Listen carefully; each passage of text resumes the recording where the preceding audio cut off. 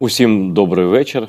У прямому етері телеканалу АТR Прайм. Я його ведучий Айдар Муждабаєв. І сьогодні, як і завжди, ми говоритимемо про війну, але сьогодні з дипломатичного її боку. Я дуже радий, що знайшов час з нами поговорити, розказати щось цікаве, як завжди. Олександр Щерба.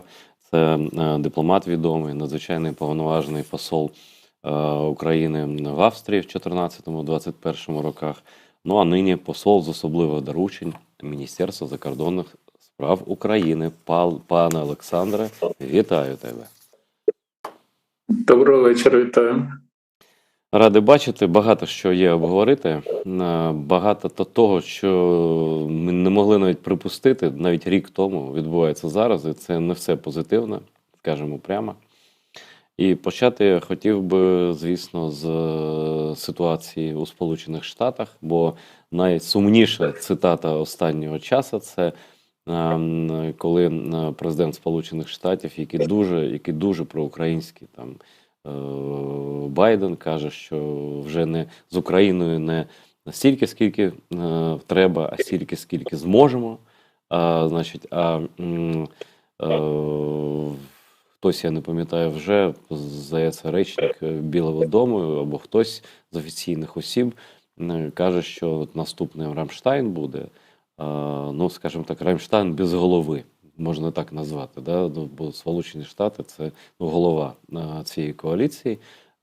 Ну, надіємося, кажуть Штати, що європейські, ну, інші країни Рамштайну посилять підтримку України, бо в Америці немає грошей. Ну, немає грошей, гроші є, м'яко кажучи, але немає політичної волі їх, так би сказати, застосувати на підтримку України.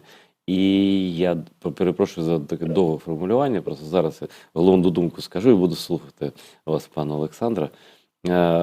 Ось мені здається, дивлячись на ці репліки, які ми чуємо там з уст трампістів, там інших там республіканців, того спікера Джонсона погано, хворої людини, як я його називаю, ви, Олександре, дипломат, а я можу як хочу, да? Ось, і здається, що це все про кордон і про те, що Трамп сказав, жодних компромісів. Здається, це просто гра у слова, а Трамп просто і сам наказує своїм, сам виконує просто бажання Путіна, допомагає йому якомога більше нанести шкоди Україні. От така моя думка, журналістська, не знаю. Ну, просто інші версії я вже відкинув. А зараз прошу, Олександре, скажи, що ти думаєш з цього приводу. Ну, тут я буду обережним, щоб не образити ні нинішнього президента Сполучених Штатів, ні можливо майбутнього, якщо він зміниться в листопаді. Чесно кажучи, якась дуже сюрреальна ситуація, оскільки ну от я, як і будь-хто, хто має друзів в Сполучених Штатах, а в мене друзі в Конгресі є, я займався Конгресом 4 роки, я жив на капіталійському пагорбі з 2004 по 2008 рік, ну жив як, тобто працював там, це була моя ділянка. Багато друзів ще залишилося, з ким не говориш, всі кажуть, та буде допомога, буде допомога. От тільки от вирішимо цей кордон і буде. І якось так спочатку воно буде до Різдва, потім буде до Нового року. Зараз вже підходить до кінця січень, а важко цей процес іде. Тобто, з одного боку, хочеться дуже вірити. І я вважаю, що мої друзі, вони абсолютно щирі, коли вони кажуть, да, буде, 100% буде. Але мене турбує, наприклад, коли от такий аналітик серйозний, як Девід Фрам, він, правда, великий критик, колишній республіканець, зараз великий критик Трампа, каже, давайте перестанемо грати з українцями в ігри і скажемо чесно, що ніякої допомоги ми давати не будемо, оскільки республіканці не хочуть розв'язати ситуацію на кордоні, оскільки чим гірша ситуація на кордоні, тим вищі шанси у Трампа обратися. Тобто от така от комбінація. І мені дуже не хочеться в це вірити. Я все ж таки вірю скоріше своїм друзям-оптимістам. Але ну от дуже зараз будемо дуже надіятися, що цього тижня Сенат пройде, все ж таки Сенат досягне цих реформу, погодить реформу імміграційного законодавства. Треба розуміти, що я так розумію, що 30 років останніх імміграційне законодавство не проходило такої серйозної реформи. Це дуже важкий такий бар'єр, який треба перескочити. Але я сподіваюся, що буде якийсь компроміс в Сенаті, і після того, як всі очі будуть дійсно спрямовані на Майка Джонсона, все ж таки він як людина справді віруюча, розуміє, що це просто суто не по-християнськи кидати в топку, жертвувати по суті цілою нацією за питання, яке до цієї нації не має жодного відношення. Там навіть хтось сказав, знову ж пам'яті немає, Олександр, хтось сказав, порівняв, тобто наважився порівняти Україну, яка воює з рашистською Росією, з Афганістаном. Сказав, це просто, я не знаю, це не те, що не по-християнськи, це взагалі ніяк. Ось що це за така...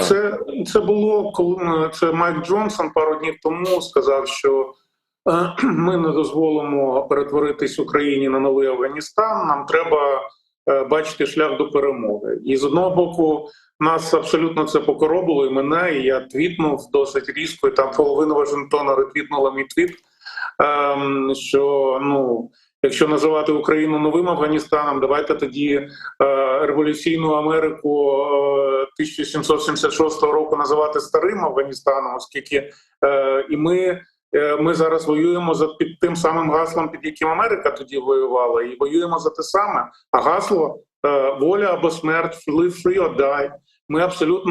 Ми це Америка багато в чому 1776 року, яка бореться за своє існування, за свою незалежність. Але з іншого боку, можна дивитись і казати, що склянка наполовину повна, коли Майк Джонсон каже, що не дамо перетворитись на новий Афганістан, в тому плані, що ми будемо працювати на перемогу України. Я знаю, що багато республіканців це абсолютно щиро мають на увазі, коли вони про це кажуть. Тут просто зараз дуже така, політично така важка ситуація в Конгресі, коли меншість багато в чому може диктувати свою волю більшості. Олександре, якщо можеш, скажи так, наскільки це можливо просто? В чому там такі розбіжності щодо кордону?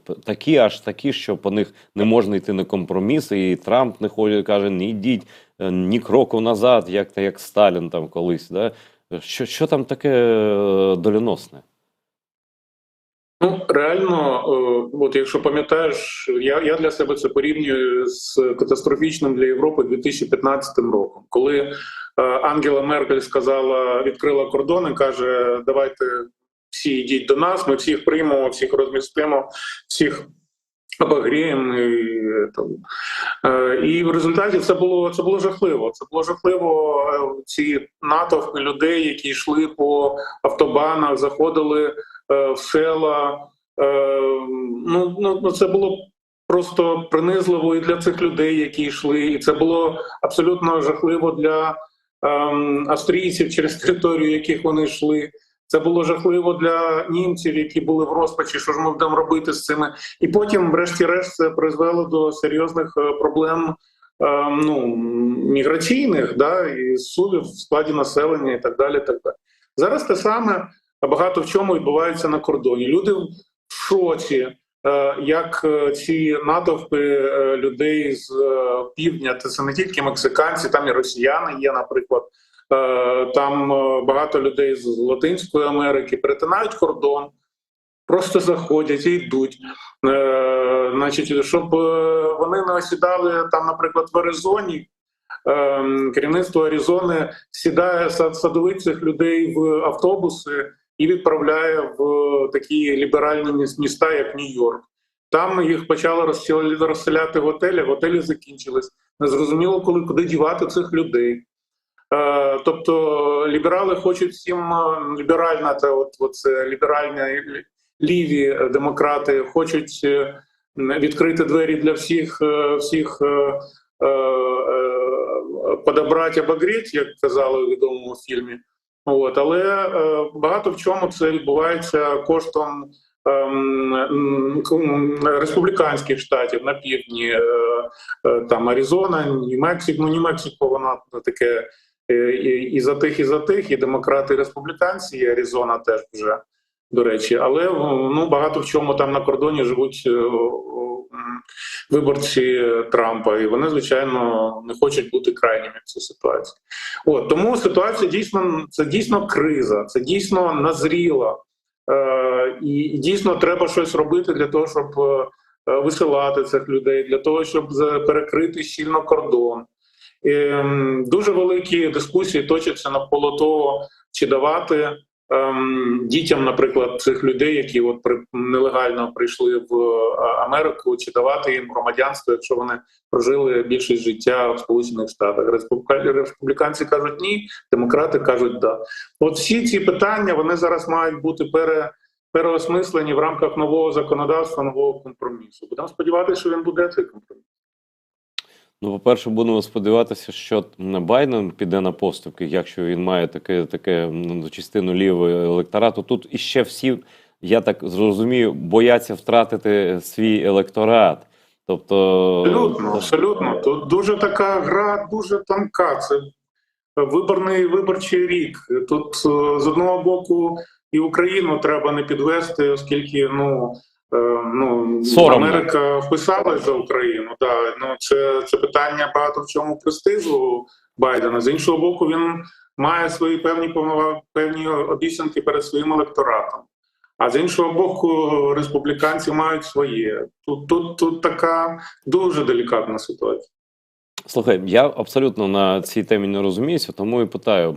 Ще уточнююче запитання поставлю про кордон. А хіба там взагалі немає кордону? Тобто, як усі ці роки вони співіснували? Тобто мексиканські Сполучені Штати з просто Сполученими Штатами, без кордонів взагалі? Тобто, прийшов, побіг і все? Це перше питання. А додаткове питання, слухайте, я Меркель дуже не люблю, але вона хоча б привід мала для цього. Війна у Сирії, яку насправді Європа, ось до речі, це якби таке було покарання, міграційна криза через бездіяльність європейців, в принципі, НАТО бездіяльність, Сполучених Штатів теж, так?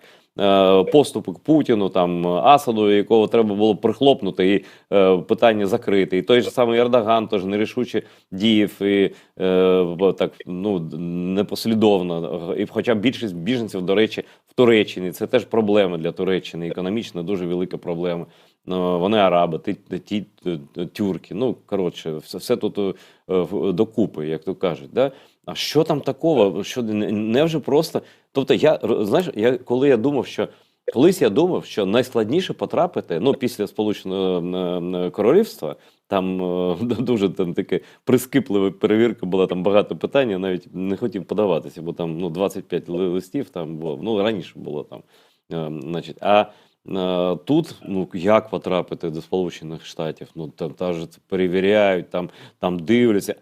А тут виявляється, що законослухняній людині це дуже трудно. А якщо ти просто хочеш плюнути на американські закони, ти просто береш навіть лісопеди не треба, як там кацапи роблять, да, там, з кацапського боку там, в Фінляндії. Просто береш і йдеш.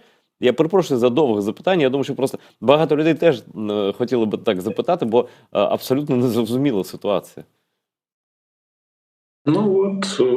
От представте собі, уяви собі, дійсно величезний кордон з Мексикою. Як він? Десь річка протікає, і там важко перейти, але переплити можна. Десь якісь гори, можна перейти. Там їздять ці погранці намагаються якось щось тримати під контролем, але люди, які спеціалізуються на перевезенні, заробляють величезні гроші на перевезенні на нелегальній міграції, вони знають і де тут ті будуть погранці, і коли вони будуть, і так далі, якимсь загадковим чином. В результаті реально, да, так от виходить, якщо ти був у Сполучених Штатах, от я там жив 4,5 роки, ну там є місця в Вірджинії поруч з Вашингтоном, там де от ми з дружиною жили з сином, то просто їдеш і там стоять ці от нелегальні мігранти, які там за будь-який за корочку хліба готові йти працювати, і вони мовою не володіють, але принаймні ну, молоток тримати можуть. Ось тобі, будь ласка, і цей. І чим заробляють собі на хліб. Звичайно, їхні діти вони вже будуть говорити англійською, скоріш за все, вони вже будуть трошки інакше виглядати і мислити, ніж батьки. Але да, і це ну, така от величезна проблема, і ти абсолютно правий, що виходить так, що людям, які дотримуються законів, ну це серйозне випробування отримати американську візу. Слава Богу, що вони їх видавали зразу або на 5, або на 10 років, на відміну від європейців. Да? Але все одно, поки ти отримаєш цю візу, то там просто в тебе вивернуть тебе назовні. От. А можна отак от взяти в охапку своє майно, перебігти, тебе там або спіймають, або не спіймають. Якщо спіймають, то не вишлють назад, а почнуть розглядати питання. А поки розглядають питання, ти можеш ще раз втікти. Або тобі там, або твоє питання ти когось переконаєш і вирішать, що ти заслуговуєш на те, щоб переховувати Сполучених Штатів, бо тебе там в якій-небудь твоїй Венесуелі чи в Колумбії ображали. Ну от так от це, на жаль, відома проблема західного світу, і багато американців абсолютно праві в тому, що вони цією проблемою стурбовані. Не праві вони в тому, коли вони пов'язують проблему американсько-мексиканського кордону з проблемою життя або смерті України. От дуже дякую за таке пояснення, бо дійсно, я думаю, 99% наших глядачів, як і мені, це було незрозуміло. І ще, я думаю, там проблема полягає, ну, перше, в тому, що дійсно немає обладнаного кордону, і це треба робити. Тут я просто не уявляю, як можна так себе не поважати, щоб країна дірка якась. Ну, тобто тут є паркан, там немає, там дірка в паркані, тут переплив, тут перестрибнув. Зрештою, це все ще й наркотики. Йдуть. Якщо кордон дірявий, ну, вибачте, а як інакше може бути? Да? Наркотики – це теж проблема, це впливає на кримінал. Ну просто абсолютно багато чого факторів залежить від цього. Тобто кордон треба будувати тут 100%. Тут немає, я навіть просто здивований, що його немає. Я думаю, там є якісь проблеми, але кордон є, ну як у Фінляндії. А тут виявляється, що його фізично не існує, він пунктиром якимось там намальований. Так? І тут я не знаю, хто може бути проти того, щоб побудувати нормальний кордон від незаконних мігрантів, які порушують закони. В Америці до законів ставляться дуже суворо. І ретельно там всі американці, я знаю, як вони ставляться до законів. Там, тощо. А тут гуляй-поле таке. Ну, я перепрошую, гуляй-поле – це не в нашому сенсі, а таке просто перекаті поле. Да? Так? А друга причина в тому, що, напевно, законодавство так улаштовано, що вигнати неможливо. Тобто знайдеться купа організацій правозахисних, якісь родичі там наймуть адвокатів, які на цьому спеціалізуються, їх там мільйони. Да? Хтось, якась організація лівацька або якась там, не знаю, там діаспорна, вона буде це підтримувати. І тобто, ну, грубо кажучи, як там, усе типу по-простому, так? Немає документів. До побачення. Ось вам документи, до побачення. Але є ще й третя сторона медалі, розумієш? А вона полягає в тому, що на пам'ятнику на статуї Свободи написані слова, які знають всі американці. Прийдіть до мене, страждані, вигнані, нещасні, і тут знайдіть свій дім. Тобто Америка, вона ж це країна іммігрантів. і вона себе усвідомлювала, бачила, і вона пишається тим, що ці от страждані нікому не потрібні, приходять сюди, на цю землю, і стають успішними і щасливими. От. Але очевидно, прийшов час трошки відходити від цього романтичного погляду на те, що таке Америка, і опускатися на грішну землю. Знов таки, це ми з тобою говоримо як не американці, і, мабуть, якби американець нас послухав, то він би сказав би, хто вони взагалі такі, що це вони, значить, вирішують, якою бути Сполученим Штатам. Це просто американці не завжди розуміють, наскільки їхня країна це такий, це, як казав Рейган, місто на сяючому пагорбі, до якого мають відношення і дуже сильні емоції не тільки американці, але, наприклад, такі люди, як ми з тобою. Ми це обговорюємо, я перепрошую американців, лише через те, що на цьому зупинилася підтримка України, яка життєво важлива для нас. Лише через це. Ми б жодним чином це не обговорювали. Принаймні зі мною точно ви це не обговорював. Може, серед дипломатів там можна. Ти знаєш, ще це певна місія Америки – приймати людей, яким погано, так? Але ж, давайте хоча б, за логікою якийсь здоровий глузд, давайте хоча б люди доведуть, що їм погано, а не просто я російська порнозвізда, и хочу в Америку. Давай, заходи, дорогая. Теж я цього теж не розумію. Тобто, я не знаю, там якомусь вченому переїхати туди, напевно, з України, наприклад, проблемніше, так? А тут заходь, росіянка, заходь. Через кордон біжить якесь там опудало, яке там за Путіна все життя голосувало. Або я знаю, що просто купу людей, я не люблю це слово сполучене купа людей, а тут насправді купа людей, які рашисти, пропагандисти, мільярдери російські, які за Путіна там завжди були там руками, ногами, головою там і всіми своїми точками п'ятими, так? І вони ж всі там народжували, спеціально брали спеціальні рейси в клініки, щоб американський паспорт. Соловйов своїх дітей туди відправляв, незаконно рождених від цієї баскетболістки. Де вони народжувались? Там? Боже мой, до чого дійшов баскетбол, що баскетболістка з таким могла? Я перепрошую, це лірика така. Я не уявляю. Я не знаю, ти бачив фотографії? Ні. Він зі своєю коханкою. Подивись, погугли, там так цікаво, вона не на одну голову, вона на дві голови його вища.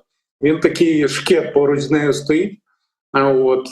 І це було розслідування, кого це, чи навальністи, чи хтось там чи Дождь робив шоу. По-перше, вони давно вже разом, і по-друге, вона в останні роки народила 2 дітей, обидва рази це були це були діти, народжені в Сполучених Штатах, вона спеціально туди літала.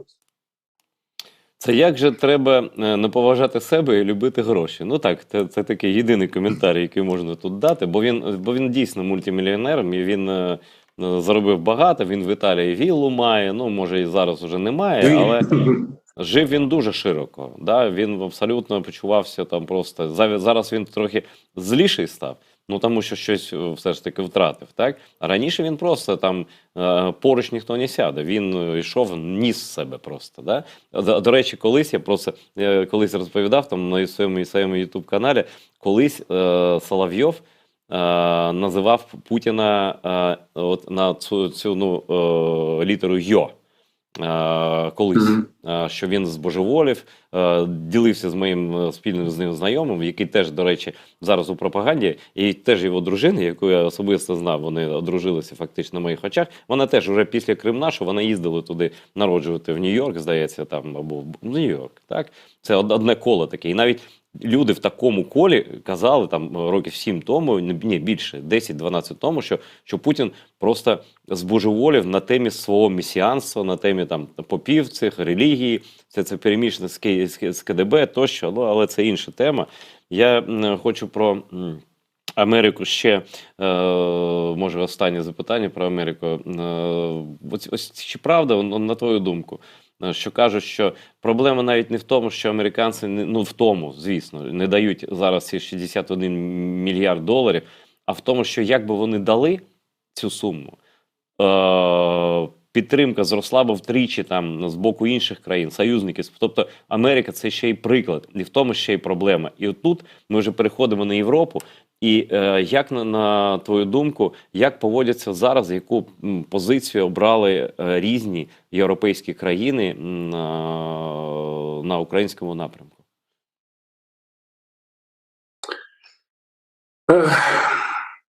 Ну, знов таки, це ключ і до першого, і до другого питання. В питанні, чому виникли проблеми з наданням допомоги Україні в Сполучених Штатах.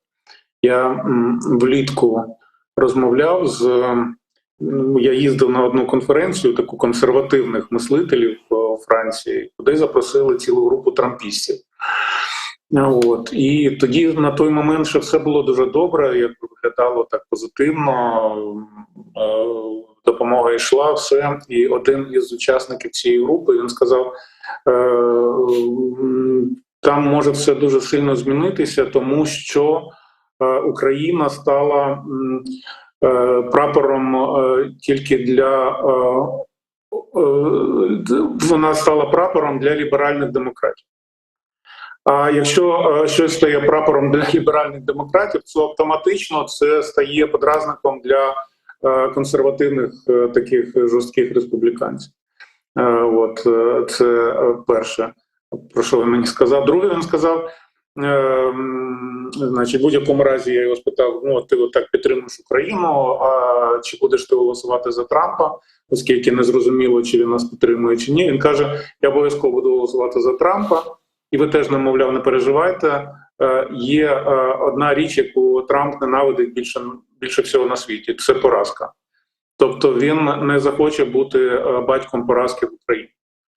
Він каже: подивись на Афганістан, як довго він виступав за те, щоб вийти з Афганістана, а вийшов?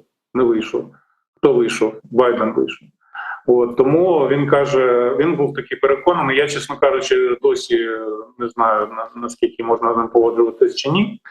От, Європа на цьому тлі виглядає, чесно кажучи, я звик більше вірити в Америку і лаяти Європу, але в цьому питанні, боже мій, ну реально Європа – це такий острівець, як це називається,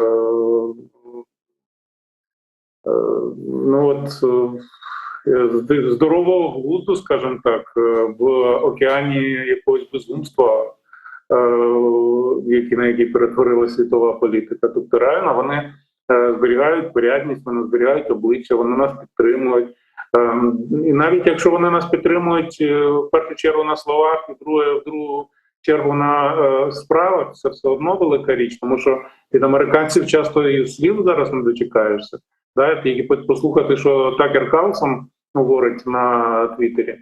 От. А Європа, вона все ж таки і риторику правильно тримає, і політику правильно тримає. Як ми зараз бачимо, навіть появилося світло в кінці тунеля навіть з Угорщина, якщо, дасть Бог, буде зустріч на рівні президент-прем'єр-міністр. От, тому Європа дає надію, і дасть Бог, щоб дійсно розкрутився цей маховик німецької економіки, щоб вони почали виробляти достатньо снарядів і таурісів для себе, ракет для себе і для нас, а вони це абсолютно спроможні. Тому дай Бог.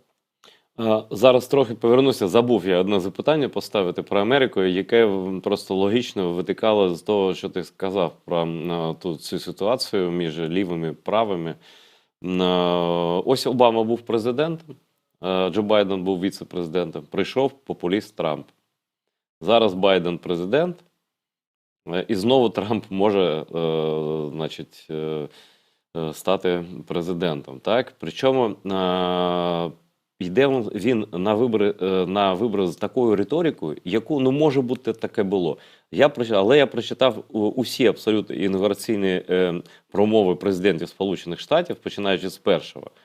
прочитав багато там, ну не багато, ти більше, мені соромно там хвалитися перед тобою лише тим, да? Але ну щось я прочитав про історію Америки, ну щось я про неї знаю. Я не можу згадати, щоб хоча б один політичний діяч, хоча б з будь-якої партії, йшов на вибори і роздавав просто такі незаслуговні, абсолютно дикі, такі саме принизливі компліменти диктаторам, вбивцям масовим.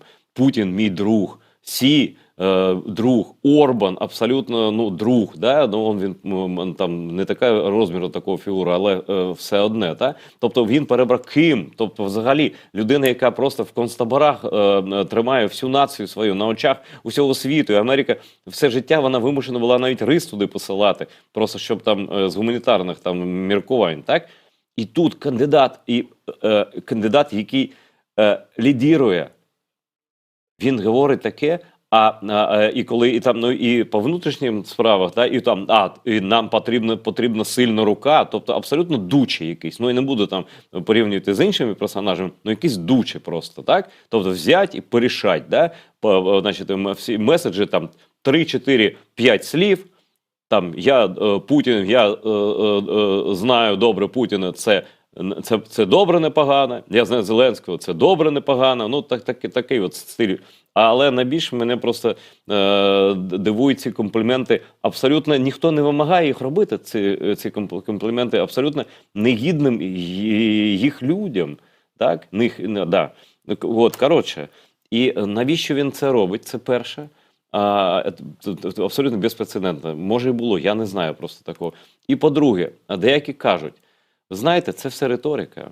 Ось Трамп прийде до влади, повернеться до влади, буде задоволений, такий добрий, такий м'який, такий лагідний. І він все це відкине. І як твій товариш казав, там ну, знайомий цей республіканець, що він не зможе про поразку навіть думати, і він піде в наступ, він буде більше підтримувати. Просто така риторика. Я не знаю жодного випадку, щоб така риторика перетворювалася на абсолютно діаметрально протилежну. Може, ти пам'ятаєш такого, але ну, щось вірити в це дуже-дуже, ну мені принаймні важко. От що відбувається з цього приводу, можеш сказати? Ну, по-перше, ніякі паралелі тут не пасують. Тобто такого, як Трамп, не було і, мабуть, і не буде в історії Сполучених Штатів. Це феномен нашої епохи. Феномен, щодо якого кожен з нас ну, досить емоційно має своє ставлення, і ми знаємо, як більшість людей у нас ставляться до нього. От, але в Сполучених Штатів там є своя специфіка, там реально є така прірва між елітою, такою красивою, багатою, інтелігентною, і більшістю населення, яке ну, вважає, що еліта про них забулася, або вона їх не розуміє. От як чомусь Трамп саме з своїми цими простими меседжами, він зрезонував дуже сильно, і еліта терпіти не може Трампа. Еліта не розуміє мене, а значить, мені з Трампом по путі. От він не політик, він людина, він не політик, він бульдозер, він все розчистить, всю цю, значить, політкоректність зайву. І розумієш, реально західні суспільства, вони існують між двома крайностями. Крайні ліві, вони це такий колективний інквізитор. Ти от слово не те сказав, не так подивився, недостатньо голосно висловив жаль в зв'язку з тим, що робили там твої предки 100 чи 200 років тому, і все. І тебе, те, що називається, закенселять, заулюлюкають, затопчуть. Це з одного боку. Тобто це така от ліва тусовка, яка вимагає, що всі мають бути винуваті. От всі, принаймні, якби з більшості, чоловік білий християнин, значить апріорі винуватий. І це чоловікам, білим християнам, також багатьом жінкам християнам, це вже якби набридло. Це з одного боку одна крайність. З іншого боку, інша крайність – це крайні праві, які взагалі не знають, що таке провина. Вони ні за що не винуваті. От той самий оцей мій знайомий трампіст, він каже, мене абсолютно приваблює в Трампі те, що він відмовляється каятись. Навіть за свої реальні гріхи він все одно не кається. Він, значить, я йому кажу, ну, пробач, я не про Трампа кажу, а взагалі про такий абстрактний, скажімо так, абстрактну людину. Людина, яка не відчуває провини, це соціопат. Це людина небезпечна, це людина без совісті. Ну, він зі мною не погоджувався, ми далі продовжували. От. Західним суспільством набридло розриватися між цими двома крайнощами, але ліва крайність, вона викликає більше роздратування, ніж права. От, тому і от саме на цій хвилі роздратування лівими цими от радикальними лівими виріс Трамп. От, тому, коли він каже, що той хороша людина, той хороший, а той взагалі чудовий хлопець, ми з ним порозуміємось, він просто виконує ту роль, яку він виконував все життя. А роль в нього така. Він майстер компромісу. He's a master, як це в нього, книжка його називалася, The Art of the Deal. Да? Мистецтво заключати зділку. Да? Рішало. От, і він, да, рішало, да. От, і він цю роль грає. Тобто він, от, там, Байден обізвав Сі диктатором, а Трамп сказав, що Сі хороший хлопець. То хто скоріше порозуміється з Китаєм, Трамп чи Байден? І нормальний американець каже, ну, звичайно, Трамп. Значить, будемо за Байдена, за Трампа голосувати. Ми ж хочемо домовитися на нові війни. Тобто логіка от така є. І багато в чому у Трампа немає логіки. Там дуже багато його особистість заміняє логіку. Але в цьому питанні, там, де він роздає компліменти диктаторам деяким, я не кажу, що всі люди перераховані є диктаторами, там логіка є. Я ще хочу додати, цікаво, чи знають американці, що на хвилі такого підйому, що Трамп стане президентом, а в них ейфорія така в росіян, вони як наркомани такої вигаданої величі своєї, так? Вони кажуть, добре, Трамп наш друг, він дуже має стосунки гарні з Путіним, він кине Україну, клас, ми зжеремо Україну, це їхні просто, вони відверто це кажуть, клас, він віддасть нам Україну, ми потопимо в крові, всіх виганім тут, озброїмося там ще більше там українців поневолених, свою армію, підемо Берлін брати, Париж брати, це ж відверто звучить просто. А чи знають американці, що в Росії, і взагалі як там на цьому можуть поставитися, в Росії на повному серйозі, серйозно абсолютно обговорюють повернення Аляски. І кажуть, ось Трамп прийде, і Путін, як друг, поставить йому запитання. Ну, слухайте, це тоді, типу, там так склалися обставини, але чому ні? Ну, а там, де Аляска, там і Каліфорнія, наприклад, теж історичні там російські поселення колись були. І про це вже блогер, там такий підкремльований блогер Варламов, знімає відео «Аляска, Російська Америка». І все це абсолютно, вони не соромляться це казати. Тобто в Росії ж немає кордонів, ми ж чули це. Да? Чому йому ніхто не вірить, що він захоче і решту забрати, що він уявляє своїм, так? Це, здається, божевіллям, ну, все божевільно, що там робиться, але, на жаль, деякі божевільні речі стають реальністю. Ну, розумієш, нехай би вони їздили на Аляску, да, показували там, що от деревня Ніколаївка, там в мене є один хороший друг, знайомий американець по фамілії Калугін, який родом із Ніколаївка, Аляска. Є там Russian River, є там багато різних топонімів, пов'язаних з Росією. Але внутрішньо вони розуміють, що Аляску не віддадуть. А Берлін, ну то проблема Німеччини. Нехай німці. Тобто настрій у оцих республіканського крила, він такий. А чому ми маємо вирішувати проблеми інших націй. Нехай вони дорослі хлопчики, нехай самі за себе постоять. От. Тому я не кажу, що це правильно, я просто пояснюю, як мислить і як ми це обговорювали з цим моїм знайомим трампістом, який, до речі, на минуточку, професор Джорджтаунського університету. Це не просто якийсь слюсар, а це інтелектуал, автор багатьох книжок. А він не читав історію Другої світової війни, наприклад? Чому Америці довелося втручатися? Він не читав книжок цих, напевно, да, зайнятий був. Да. Він прекрасно це знає, але вони не проводять паралелі між Путіним і Гітлером. От не проводять вони це. Тобто вони вважають, що Друга світова війна, злочин Гітлера, він полягав в тому, що він почав знищувати масово євреїв, будувати концтабори, Голокост розпочався. В цьому є Гітлер. Якщо Путін не знищує масово євреїв, не будує концтабори на кшталт Освєнцима, то які можуть бути паралелі? Ну і знову ж таки, усів немає. Які паралелі можуть бути? Що усів немає.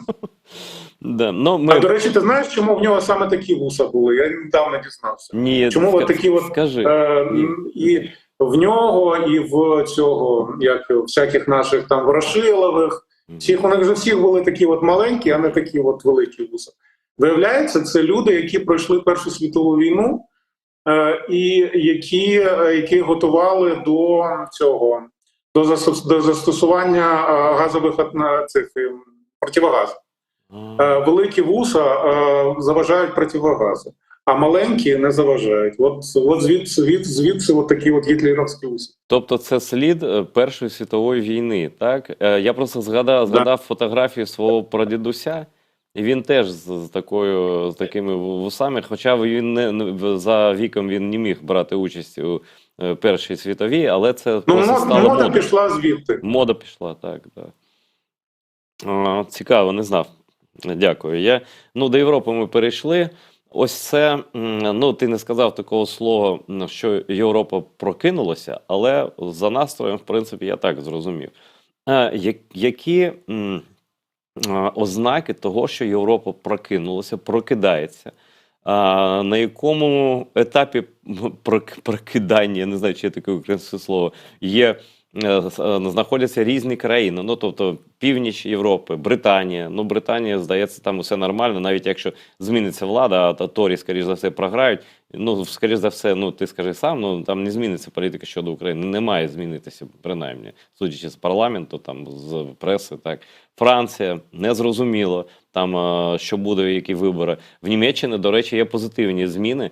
Там крайні праві і крайні ліві, крайні ліві взагалі там трохи, а крайні праві втрачають позиції, причому швидко дуже. Це Alternative für Deutschland, путінської партії теж, так? Серйозно? Я бачив, що вони втрачають. Вони за тиждень 3% втратили. Я просто можу навіть прочитати, просто не хочу марнувати час.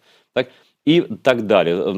З іншого боку, там правий популіст переміг, по партії правого популіста перемогла там в Нідерландах, з іншого ж боку, там в Польщі, напевно, позитивні зміни для їхнього суспільства. Принаймні, я сам не суджу, але поляки мені кажуть, що там був такий період застою, скажімо так, такою совєтською, радянською термінологією, так? Що відбувається? Я розумію, що я велике питання поставив, але все це взаємопов'язано, так чи інакше. Дивись, перше, праві популісти теж бувають різні. В Італії перемогли праві популісти і виявились прекрасні люди. Просто прем'єр-міністр Мелоні, реально людина, яка щира людина. І політику веде, абсолютно, да. Скільки ж ми боялись, прийшли націоналісти. І дійсно, до Мелоні всі націоналісти в Європі, вони всі були путіністи. А тут бач раз і все. Більше я тобі скажу. Минулого року в моїй любимій Австрії в місті Зальцбург ледь не переміг 32-річний хлопець, комуніст, значить, який йшов в бургомістри. Так цей комуніст будував свою кампанію на тому, що він категорично проти Путіна, і що Україну треба підтримувати, допомагати. Тобто, розумієш, дійсно в Європі щось відбувається таке дуже цікаве. Я не впізнаю багато в чому, звичайно, цю Європу. Я цього року в тій же Австрії будуть вибори, і є навіть ймовірність, що буде оця проросійська Австрійська партія свободи може зайняти перше місце і отримає шанс, якщо з нею хтось піде в коаліцію, там що буде такий варіант, як в Нідерландах, щоб був, значить, прем'єр-міністр такий із цієї партії. Тобто дуже багато таких. В Німеччині, до речі, мені мій друг розказував, що там якісь дуже такі погані для Шольца пішли натяки від газети Більд. А газета Більд, вона відома тим, що вона починала 1, 2 і багато скандалів, від яких були дочергові вибори, і коаліції просто розвалювалися. Тому дійсно буде дуже багато всього, але ти знаєш, для мене найбільша ознака, що Європа прокинулася, це те, що Німеччина почала продавати зброю в зону конфлікту. Це, я прожив це, Німеччина – це перше моє закордонне відрядження.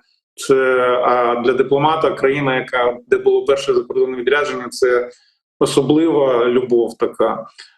Я завжди якось слідкував, дивився, значить, за цією країною. Для Німеччини переступити це табу і почати продавати зброю в зону палаючого конфлікту, такого як у нас, це дуже велике пробудження. І те, що навіть зараз, після всіх цих спроб і вливання багатомільйонного цієї брехні в німецьку суспільну свідомість, і ми пам'ятаємо, наскільки ця проросійська традиція в Німеччині глибока і давня.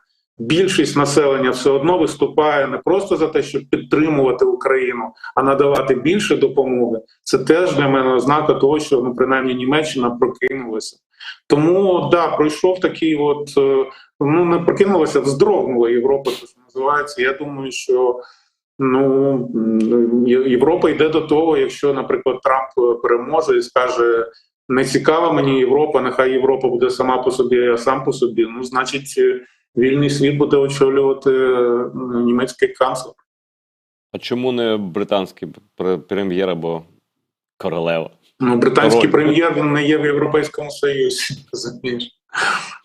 А все ж таки французький президент там трошки, я не знаю, Францію я мало знаю. Але Німеччина – це все ж таки країна, яка і задає тон, і відчуває відповідальність за Європу, яка ніколи не скаже «моя хата з краю», як ті ж австрійці часто кажуть. Тому з усіх боків Німеччина зараз це натхнення і це привід вірити в Європу. Це гарні слова і правильні, і дійсно це диво певним чином. Це дивно виглядає на тлі того, як раніше це все було. Але у той же час днями було голосування в Бундестазі з приводу ракет «Таурус», і знову там 183 за, 400 з чимось там. Там, в принципі, там знавці вже пояснили, що це було просто тому, що це проект рішення був внесений опозицією, партії, коаліції не збиралися і голосувати за законопроект, поданий опозицією. Нібито 22 чи якого там лютого заплановано нове голосування, яке вже буде ініційовано цією коаліцією, так званим світлофором. там 3 партії входять в коаліцію, і їхні кольори вони співпадають з кольорами світлофору, тому їх називають світлофором. І нібито от тоді, після 22 лютого, є великі шанси, що нам все ж таки дадуть Таурус. Тому тут, от за це голосування, ми трошки, звичайно, ми дуже сильно роздратувались, але треба читати сигнали, які посилають люди, які нас дуже сильно підтримують. І вони були однозначно, що це не знак не підтримки, це знак просто відкладання питання на декілька тижнів. Ну, треба запрошувати нормальних гостей до етерів, а не експертів з усіх питань, і тоді, може, ми будемо знати трохи більше. Так, але все одно час іде. З усіх боків ми чуємо, що це будуть півроки дуже важких для України, бо Путін приготував резерви, в нього надійні друзі і партнери, які постачають йому безперебійно і дрони, і ракети, і арту, яка дуже потрібна, яка дуже, і просто навіть у цифрах видно, наскільки Україна вона наблизилася вже майже влітку до показників там російських там цих снарядів там на добу. Так зараз знову відкинутими далеко назад. Значить, Таурусів іще немає. У той же час Британія дає приклад, дає далекобійні ракети і прямо каже, що ними можна стріляти будь-куди. І слово Крим, що для наших глядачів теж надважливо, так, в першу чергу. Це і ключ, в принципі, до перемоги, до звільнення всієї території. І Крим можна бити, і все. Тут вже може якась конкуренція спрацює між Лондоном і Берліном в цьому сенсі. Не знаю. Вони завжди конкурували. Але все ж таки головне питання – натхнення та є, ми бачимо. І Північна Європа, Скандинавія, просто зразкові люди там такі. Да? У мене є там один дуже гарний друг в уряді Швеції, я завжди йому дякую, передаю від наших військових, там вони про танки шведські кажуть, про щось інше, арчери ці, в них техніка абсолютно, до речі, не гірша за німецьку, то точно, а може і краще, новіше то точно, так? Але бажання є. А чи є можливості в стислий час налагодити виробництво там тих самих банальних артилерійських снарядів натівських калібрів? Так? Ось час іде. Значить, Росія нарощує зусилля, а наші партнери, вони взагалі спроможні нам поставити співставну кількість боєприпасів? Це питання надзвичайно болюче і пронизливе має бути для Заходу, коли на одній чашці терезів економічні карлики Росія, Іран, Північна Корея, а на іншій чашці Німеччина, Франція, Велика Британія. І ми не певні, хто кого. І ми не певні, хто налагодить, а хто не налагодить. Там різниця 20 разів, здається. Це просто неймовірно. Це не кажучи вже про Сполучені Штати. У мене є один теж друг, він в Австрії жив, мав прекрасне життя в маленькому містечку поруч з Зальцбургом, одне з найкрасивіших, яке я коли-небудь знав, працював на Red Bull. Коли почалося вторгнення, все це кинув, поїхав в Вугледар. Ми періодично з ним списуємося. Просто неймовірна людина, неймовірна. Він артилеріст.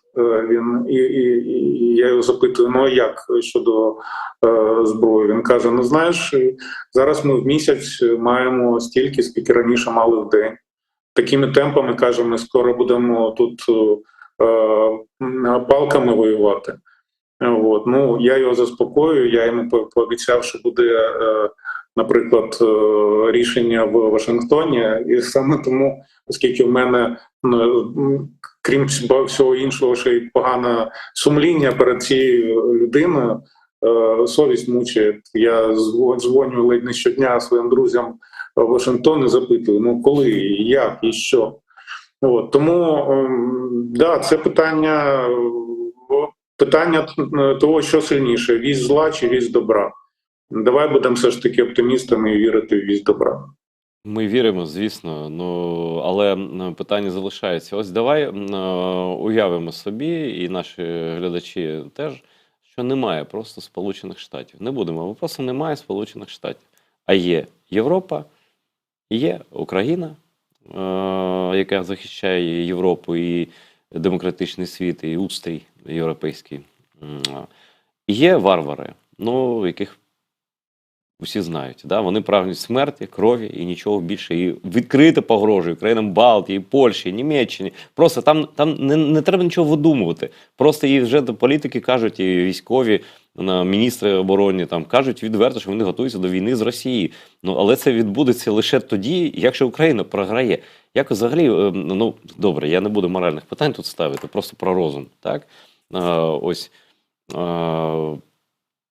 Як можна так, от Європа залишилася сам на сам, Європа з Україною проти Путіна. І що, впорається вона? По ідеї, мало б, так? Ти ж сказав, що багато ресурсів, заводів, там, досвіду, всього, моделі озброєння, але... Да, але патріоти є тільки в Штаті. От виведе Штати за дужки і нема закритого неба. Нема закритого неба. Тобто от те, що на нас летіло цієї ночі, воно б приземлилося. Ці 20 ракет. Здебільшого написали, летіли в Київ. От це ж патріоти, чи я не знаю, якщо це не кінжали, то можливо, дасть Бог, можливо, там щось і Айріс-Ті збивав. Ми ж зараз всі стали знавцями, щось там ця італійська система, але я так розумію, що 100% збивають тільки патріоти. Без патріотів, значить, будуть росіяни своїми ракетами перетворювати і українські міста, і балтійські, і польські в Алеппо. Це перше. Друге, F-16, знов-таки, це найбільш популярніший, найбільш популярний, найбільш зручний для такої війни літак. Єврофайтер, він просто на порядок більш сучасний, модний і на 2 порядки, на 10 порядків більш дорогий. Просто анекдотично дорогі, як там розказують. Тобто там неймовірні якісь суми називають, скільки воно обходиться. Тому єврофайтери нам давати не будуть. І вони самі будуть ті єврофайтери рахувати там по пальцях.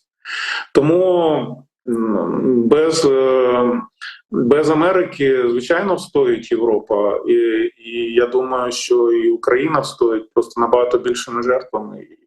І міста будуть палати, і я живу прямо тут поруч з центром прийняття рішень, тобто я думаю, що ні від мого будинку, ні від мене нічого не залишиться. Це така річ, яка трапляється в війні. А невже не можуть Штати, якщо в них така криза, попросити союзників своїх, яким вони вже передали патріоти, давати нам ракети на той час, поки така ситуація триває? Ні, ти ж кажеш, ти ж хочеш взагалі вивести за дужки. Ні, звичайно, якщо вони попросять, звичайно, якщо вони займуть активну позицію, якщо Трамп займе активну позицію, якщо він не викресли Європу із своєї картини світу, то тоді, я думаю, що саме так воно все ж таки і буде, врешті-решт. Надіюсь на це. То тим більше разом ми цю напасть здолаємо. Так має бути, я це вірю.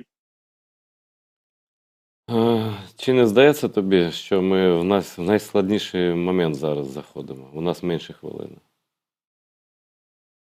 У нас що? Менше хвилини. Бачиш, на хорошій ноті закінчив. Маємо здолати. Олександре, з нами був прекрасна людина.